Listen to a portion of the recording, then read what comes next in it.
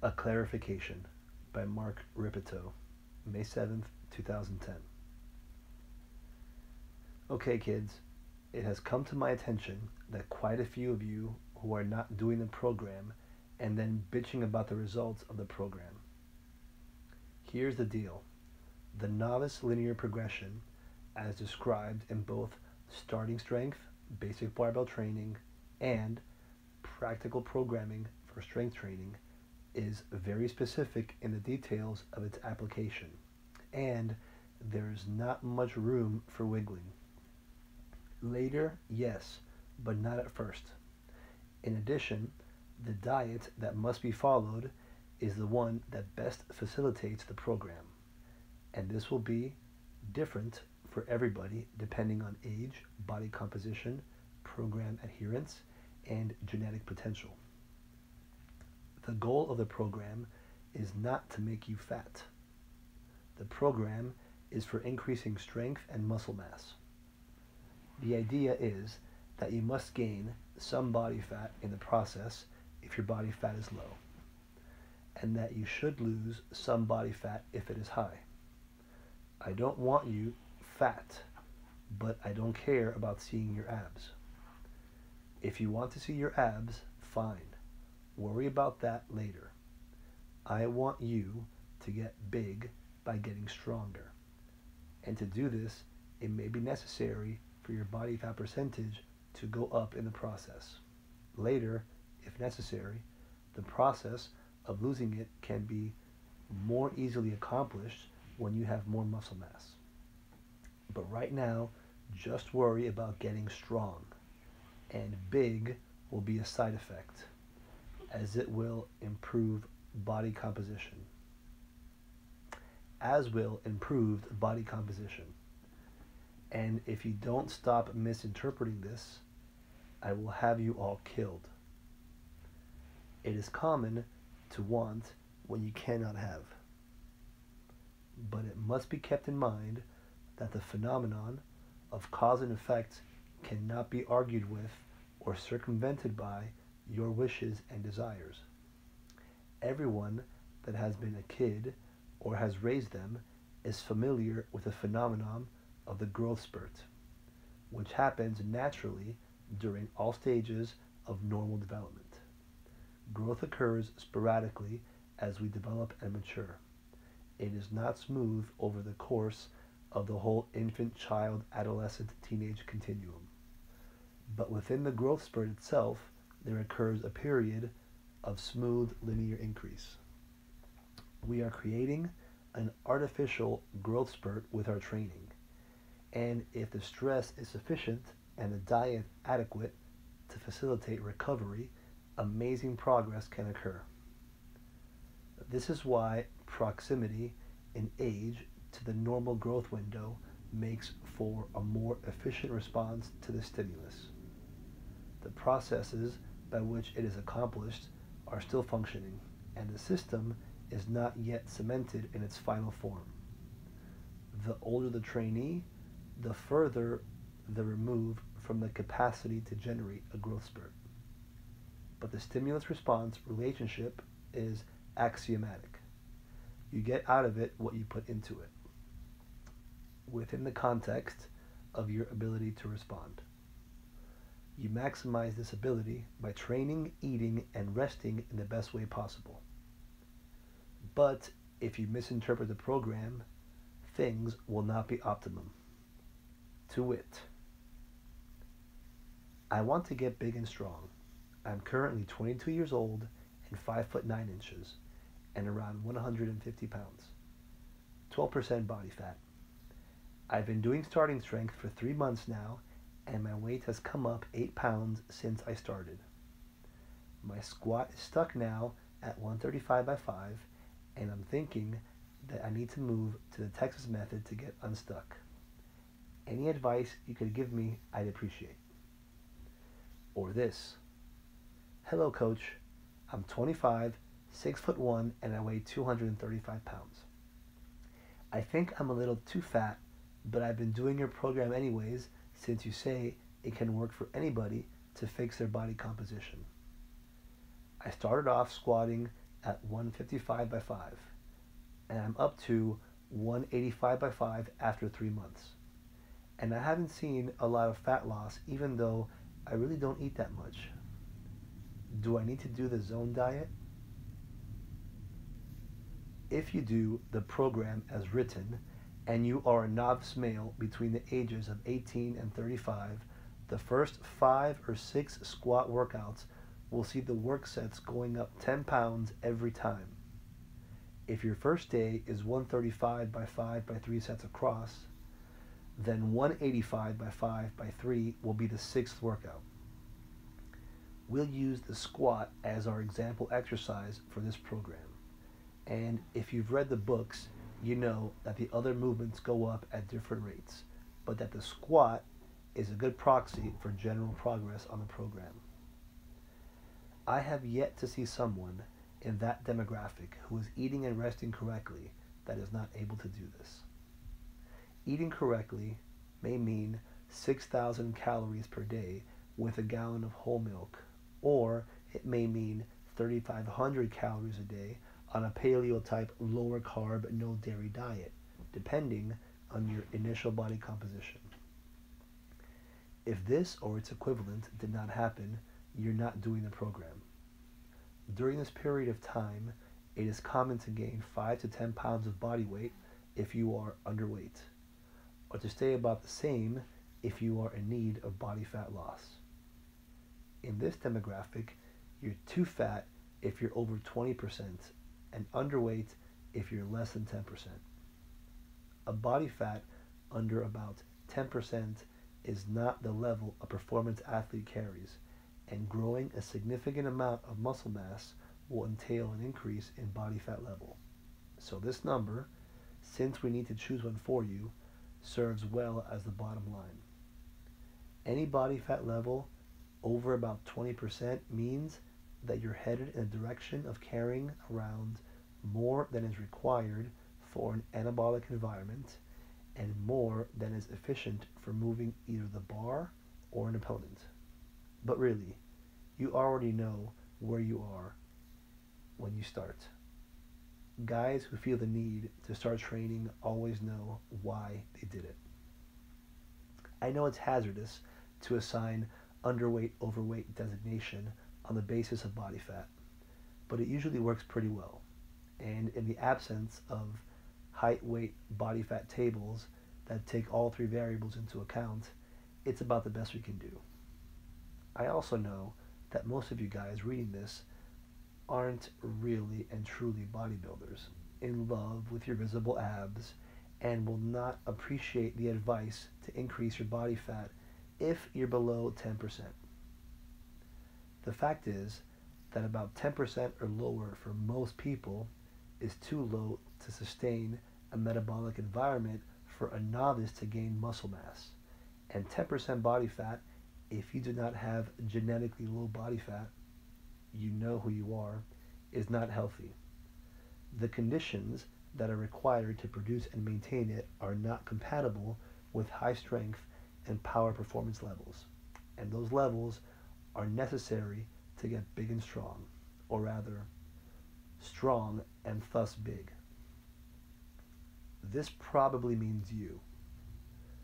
Make up your mind, at least for the first year or two, you're not going to worry about body fat levels if you're already lean, because lean is easier to get than strong. This current emphasis on lean at the expense of all other things by most of you guys is a direct result of Joe Weider having done his job very well.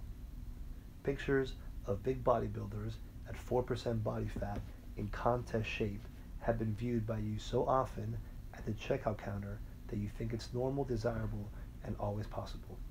You forget that there are drugs involved, along with enough other odd dietary behavior that Mr. Weider should be flogged for forgetting to mention that part. I may be trying to piss up a rope here, but you guys have to get realistic about these things and quit letting the physique magazine supplement industry make you stupid. On the other hand, if you're a little fluffier on the belly, you have obviously already created the conditions necessary for growth.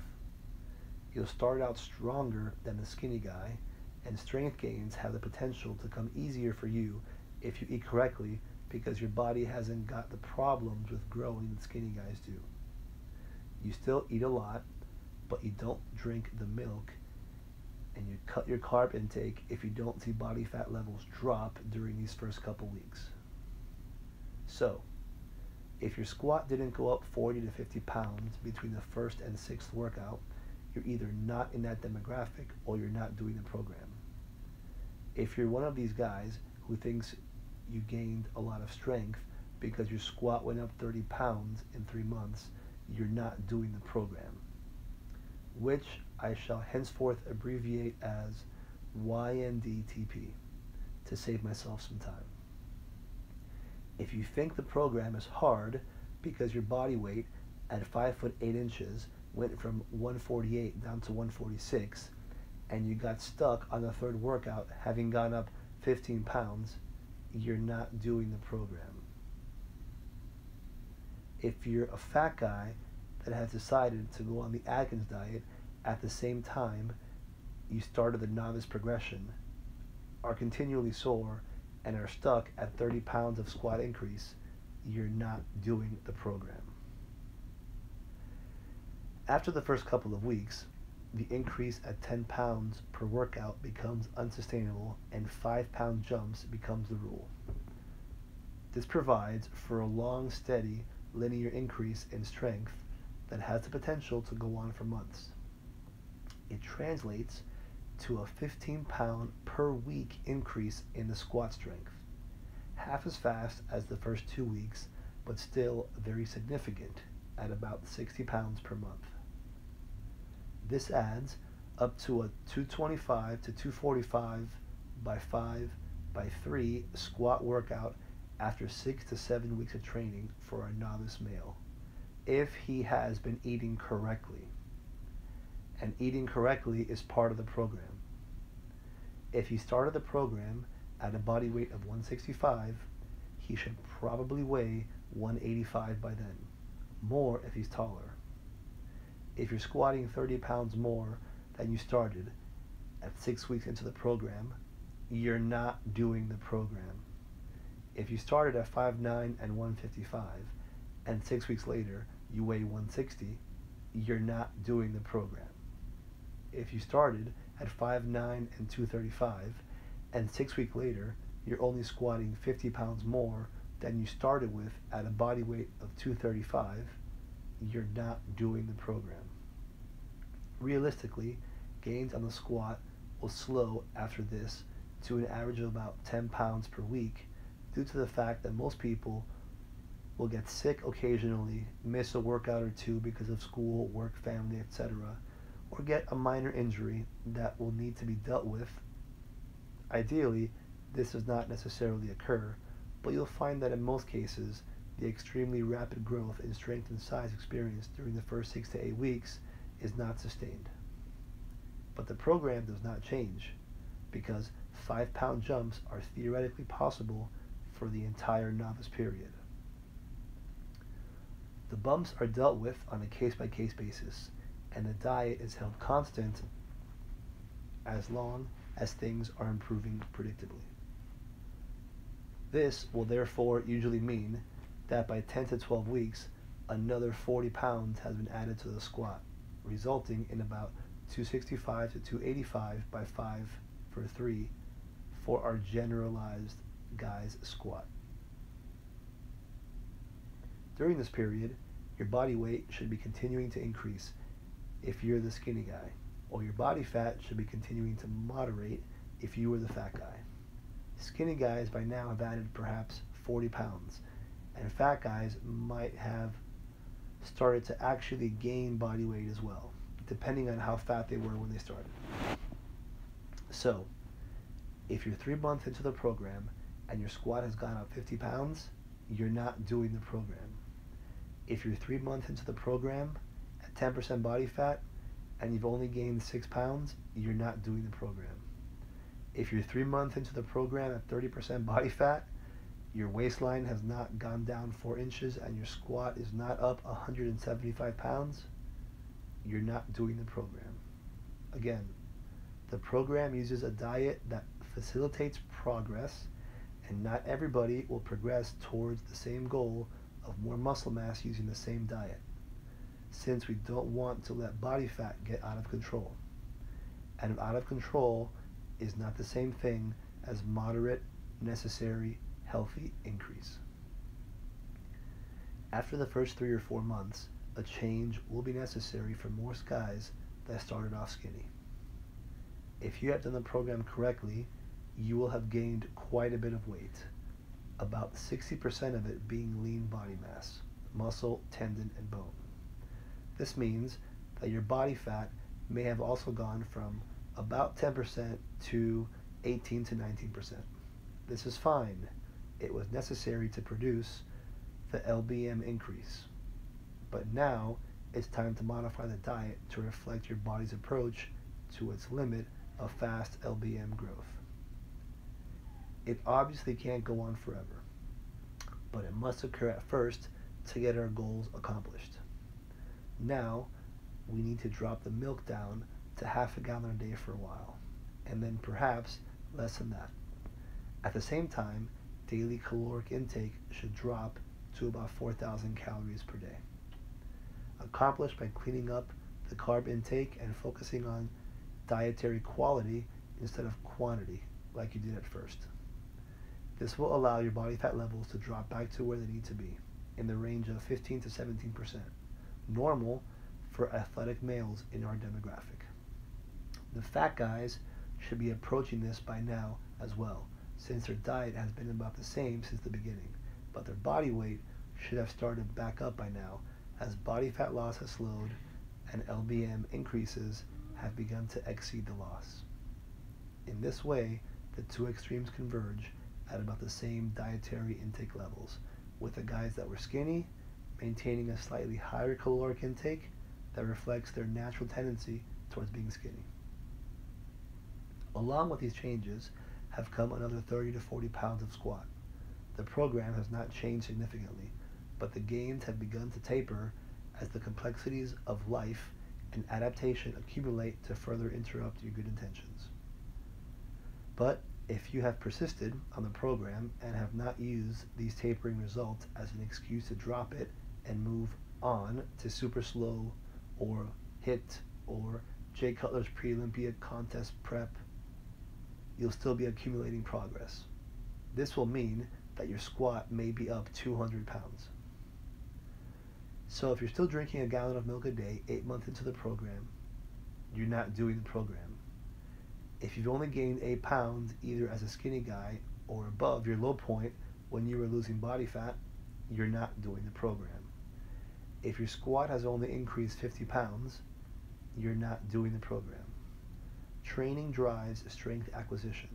The strength increase drives mass gain.